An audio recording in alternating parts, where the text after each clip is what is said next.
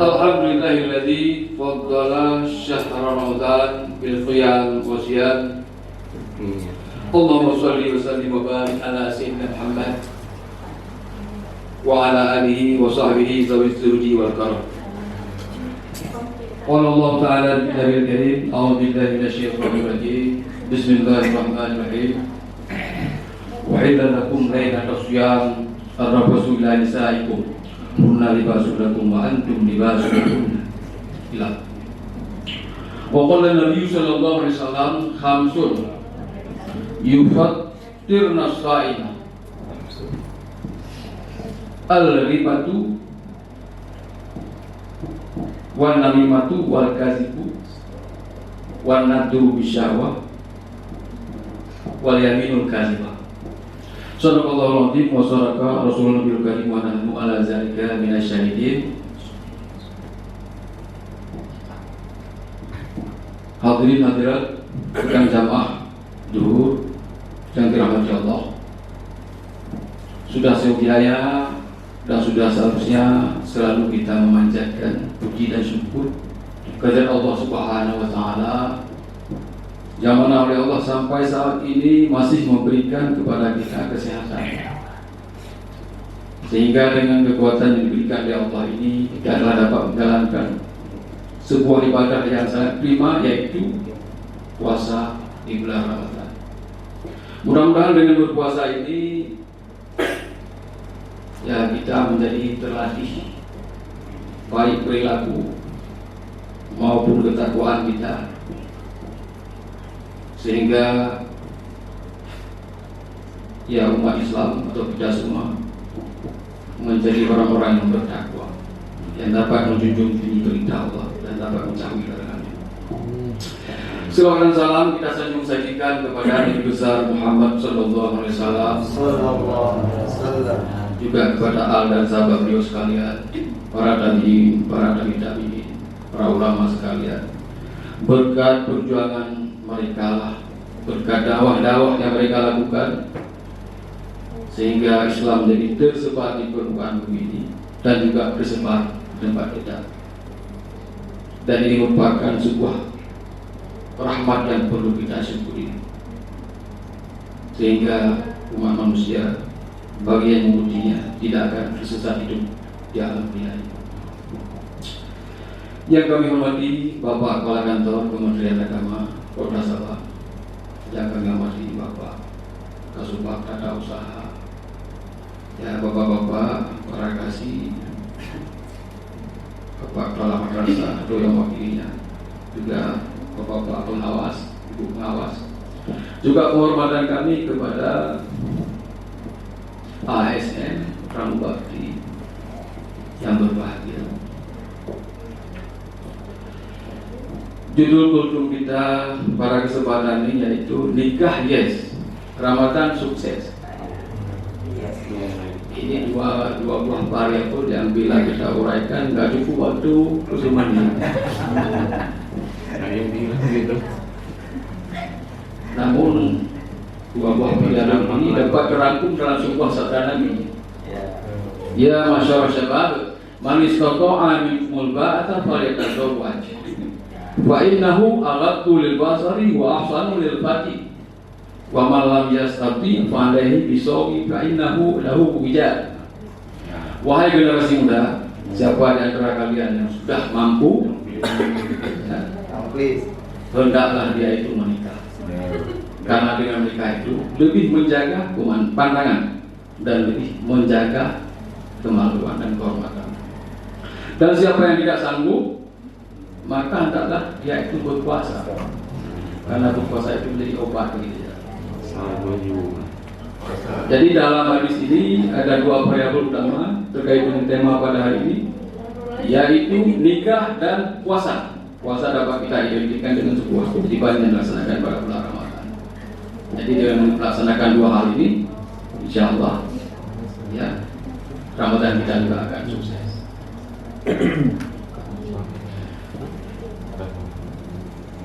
Jadi dengan berpuasa seseorang dapat menahan dirinya dari melihat melakukan perbuatan-perbuatan yang dilarang oleh Allah Subhanahu wa taala. Karena di dalam puasa ini dilarang ghibah, dilarang berdusta, dilarang sumpah palsu, dilarang juga melihat non muhrim dengan cara syahwat, baik itu perempuan atau maupun laki-laki. Jikapun dilakukan demikian, walaupun puasanya tidak batal, maka sekurang-kurangnya batallah pahala puasanya. Sebelum kita uraikan menyangkut dengan dua variabel ini, juga ingin kami sampaikan bahwa yang namanya pernikahan itu memang syarat dengan kesenangan dan juga kebahagiaan, ya. Terpenuhi kebutuhan lahir dan batin seorang pria dan seorang wanita. Namun dalam kehidupan sehari-hari juga kadang-kadang terdapat kemelaratan, kesengsaraan, pertengkaran, Bahkan dalam beberapa waktu ini kan ada itu seorang istri itu memotong burung suaminya. Sudah sampai demikian, yang kalau kita larang sejarah tidak terjadi. Di Banyumasin, Sumatera, Sumatera Selatan, terserah apa tabrakan. Ini adalah sebuah fenomena yang sangat miris dari pernikahan yang tidak diharapkan. Akhir zaman. Persoalan lain juga dapat kita lihat di dalam sejarah. Sebagaimana kita ketahui bahwa pada setiap usai akan nikah, penghulu atau siapa saja sering berdoa, Allahumma alihuma kama alafta Adam wa Hawa. Ya Allah, rukunkanlah pasangan dua ini sebagaimana Kau rukunkan Adam dan Hawa. Apakah ada ini tidak ada persoalan di dalam kehidupan rumah tangga? Ternyata banyak soal. Ya, mulanya mereka ini dalam surga. Ya. Ketika melaksanakan sebuah larangan daripada Allah, yaitu memakan buah kurdi, mereka ini, kalau kita bilang dalam berarti ini deret pada bumi. Dalam satu ayat, satu ke India, satu ke Jeddah. Yang setelah lama mereka saling mencari, saling bertemulah di Jabal Rahmah. Ini salah satu riwayat. Di sanalah mereka ini membangun rumah tangga, membina rumah tangga, dan menjadi nenek moyang manusia semuanya. Bapak-bapak, ibu-ibu yang dimuliakan Allah. Kemudian ada juga kita dengar penghulu atau siapa saja ada berdoa. Wa alihuma kama alata Ibrahim wa Sarah. Rukunkan mereka sebagaimana Engkau rukunkan Ibrahim dan Sarah. Memang Ibrahim dan Sarah kita tidak mendengar adanya perceraian. Namun dalam rumah tangga terdapat percecokan. Ibrahim dan Sarah ya di dalam Ar-Rahim Maktum SKDA Mabakuri ya disebutkan bahwa beliau ini dari Irak pergi ke Mesir pada suatu ketika. Mesir itu menerapkan peraturan, ya siapa saja yang membawa wanita cantik, apakah itu walinya atau istrinya, akan dinikahi oleh raja. Ya, ketika sampai Ibrahim ke Mesir, ya dilakukan oleh sweeping oleh ajudan raja. Ya, Ibrahim juga sempat memesan kepada istrinya. Ini kalau ditanya kamu siapa, bilang kamu adik saya, jangan bilang istri saya, supaya agak sedikit kasihan Raja Mesir rasanya. Yang jelas Raja Mesir ini Raja Zalim tidak peduli dia itu apakah adik atau istri, ya diambillah, dibawa ke hadapan raja. Ibrahim ditahan. Kemudian ketika raja ini hendak menjamak Siti Sarah, kaku tangannya, kaku badannya, nggak bisa bergerak. Kata raja itu, oh kamu sihir ya? Saya bukan sihir, cuma suami saya Al-Khalil, Khalilullah, artinya orang yang dekat dengan Allah. Ya. Oh kalau begitu sekarang kamu berdoa kepada saya agar saya lepas dari kelumpuhan dan kekaguan ini. Berdoalah Sarah. Ternyata lepas. Sesudah dijanjikan tidak akan diganggu lagi. Ternyata sampai 2 kali masih 3 janji Raja yang Talib ini. Sampai 3 kali baru dia minta maaf dan menyerah. Kalau begitu kamu sekarang saya hadiahkan. Yang sekarang kita dengar namanya Siti Hajar. Dalam riwayat Ayat Maktum itu terjemahan yang saya baca memang putri saja itu. Tapi ada juga riwayat lain kami baca itu Hajar itu adalah putri seorang raja, tapi raja yang sudah ditawan pertama. Ya. Ganti ada beberapa macam pendapat yang terkait dengan asal usul Siti Hajar ini. Kemudian setelah Siti Hajar diserahkan kepada Siti Sarah, Sarah merelakan Siti Hajar ini dinikahi oleh Ibrahim alaihissalam. Kemudian tidak lama, ya, hari berganti hari, hamillah Siti Hajar sebagai seorang istri dan melahirkan anak. Ya, muncullah kecemburuan daripada Sarah. Ya, tentunya dengan berbagai macam kata-kata yang pahit lah diulang-ulang Siti Sarah pada Ibrahim, ya. Barangkali sampai ucapan-ucapannya, jangan saya lihat di rumah kita. Sampai Ibrahim kan berpuasa, mengungsikan Siti Hajar dan Ismail ke Mekah. Ya, kita lihat ini ceritanya ada di dekat Baitul Haram sekarang. Ya, Nabi Ibrahim dengan perbekalan air, makanan dan perbekalan padanya, ya, diserahkan kepada Siti Hajar, diberikan kepada Ismail dan putrinya. Kemudian pada saat itu Ibrahim pulang lagi ke Palestina, menemani Sarah. Kemudian Siti Hajar kehabisan bekal air dan juga makanan.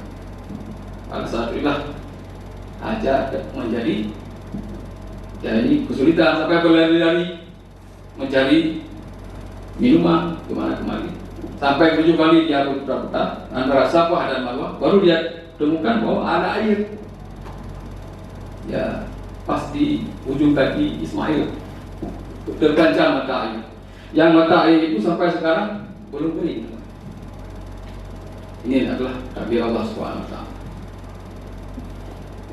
Ini kalau kita lihat fenomena kehidupan Nabi Ibrahim, kalau kita bandingkan dengan dunia sekarang, agak jauh ya.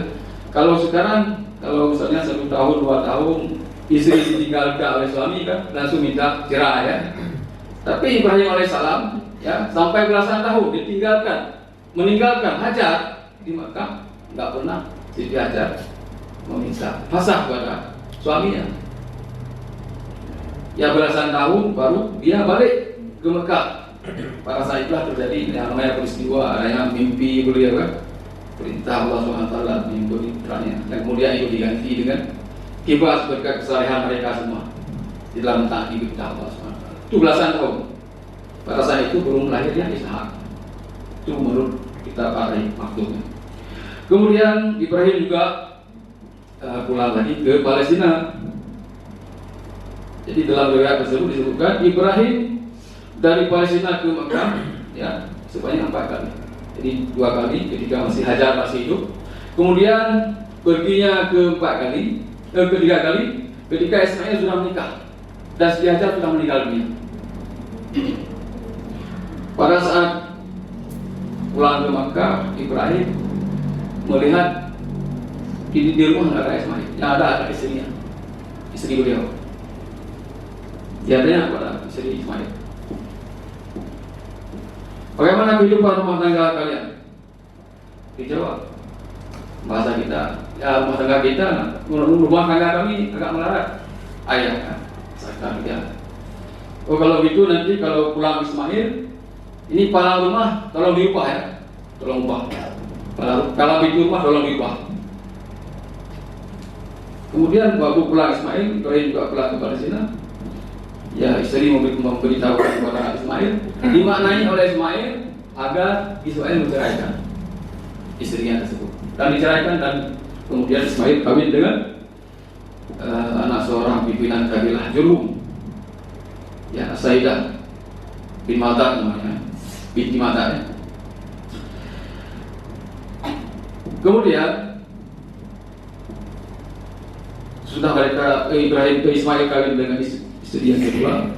Keempat kalinya Ibrahim pulang juga ke Makkah. Pada saat itulah Ibrahim sempat bertemu dengan Ismail, yang namanya orang tua bertemu dengan anak yang sudah lama tidak berjumpa. Jelas mereka ini saling suka, ya. Kemudian menangis barangkali, saling merangkul, ya, karena sudah lama tidak berjumpa. Jadi pada peristiwa itulah terjadi sebuah kesepakatan, itu mendirikan yang Ka'bah pada ini. Ya. Ini terlepas sejarah demikian, tapi yang jelas kita lihat ini di dalam rumah tangga, ya, seorang nabi terjadi permasalahan namanya. Ya. Walaupun adalah memang itu sudah ditakdirkan Allah demikian. Kemudian di dalam doa-doa penghulu juga kita dengar, ya, betul sama saja wa alihuma kama laqta bina Musa wa Sakura, ya, Sulaiman wa sampai kama alaqta bina nabina Muhammadun sallallahu alaihi wasallam wa khadijatul Quran wa Aisyah ridha dan lain-lain, ya, dari sisi yang lain. Ini kalau kita terjemahkan kepada pengantin kan, barangkali kalau pengantinnya nggak siap imanannya bisa shock, ya. Jangan-jangan nanti suami saya di samping saya ada istri yang lain, karena nanti banyak istrinya. Ya Allah, rukunkanlah mereka sebagaimana Engkau rukunkan Aisyah, ya, Khadijah, dan istri yang lain. Jadi kalau si pengantin ini belum siap keimanannya, ini salah memahami. Ya, Bapak-bapak itu yang dimaksud Allah. Terkait dengan poligami di dalam Islam sebenarnya tidak digalakkan, tapi dianjurkan untuk agar orang tidak berpoligami. Tapi kenapa terjadi poligami? Ya, 1, 2, 3, 4 sampai 4. Ya, maka ada yang menerjemahkan 1, 1, 2, 2, 3, 3 atau 4. Jadi sampai 8 orang dalam memahami ayat. Bangki umat awal kuminan nisa masih Rasulullah SAW. Ada yang menafsirkan sampai 8 orang boleh. Walaupun jumhur termasuk mazhab Syafi'i membatasi sampai 4 yang bisa digabungkan. Sebenarnya ayat ini adalah perintah mengurangi istri. Pada saat itu memang bangsa Arab istrinya banyak-banyak sekali, tidak terbatas. Maka Islam datang membuat pembatasan sedikit demi sedikit. Ya, makanya tidak salah kalau di dalam undang-undang perkawinan pun itu kan, ya, idealnya suami cukup 1 istri, istri cukup 1 suami. Memang tidak terlepas dari penafsiran ayat tersebut. Karena yang masuk ayat tersebut adalah mengurangi istri, bukan menambahkan istri. Walaupun terjadi juga oleh kami, ya, sah-sah saja kan, karena memang sudah ada dalam syukur hukum. Ini menunjukkan bahwa adanya fleksibilitas hukum Islam. Tapi yang dipahami bahwa anjuran kawin lebih daripada 1 adalah untuk menambah-nambah istri, tapi adalah untuk mengurangi istri. Ya, yang dibatasi pada saat itu cuma 4 orang. Yang sebelumnya adalah tidak terbatas. Barangkali kalau pengantin dan mempelai yang sudah memahami dunia tersebut, ya, ini tidak akan shock lagi, kan? Nggak sampai kasus satu yang kita bilang tadi, kan? Bahkan sampai ada orang istri itu kan yang bunuh diri, kan? Bahkan keluarganya juga, anak-anak dibunuh, kan? Gara-gara ketahuan suaminya kawin lagi. Ini adalah solusinya mental, ideologis, keagamaan bagi pasangan tersebut. Alhamdulillah. Sekarang kita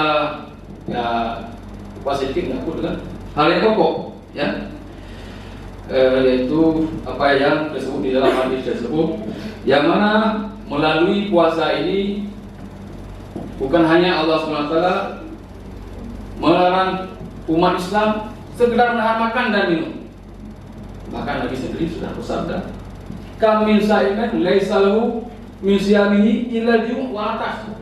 Banyak sekali orang yang berpuasa tapi hanya sekedar menahan makan dan dahaga, artinya tidak ada pahalanya, bahkan yang ada dosa kalau dia tidak menjaga terutama 5 hal. Ghibah, mengumpat, ya, makanya kalau orang sering mengumpat misalnya di luar Ramadan, kalau dia tidak menghentikan, tidak mengering, ya, perlakuan mengumpatnya, maka jangan harap puasanya itu bisa mendapat pahala. Jadi satu-satunya ya benteng untuk membentengi jika seorang yang suka mengumpat, suka namimah, ya itu adalah dengan menjaga puasanya agar selamat berpahala menilai di sisi Allah Subhanahu wa taala. Ghibah, namimah artinya mengadu domba. Mengadu domba antara si A dengan si B. Ya, memfitnah, namimah. Kemudian itu berdusta. Ya, kalau kita tidak hati-hati sedikit bisa berdusta, tapi jangan harap pahala puasa kita ada. Ya. Kemudian yaitu an-nadhru bisyahwah, yang melihat lawan jenis dengan syahwat.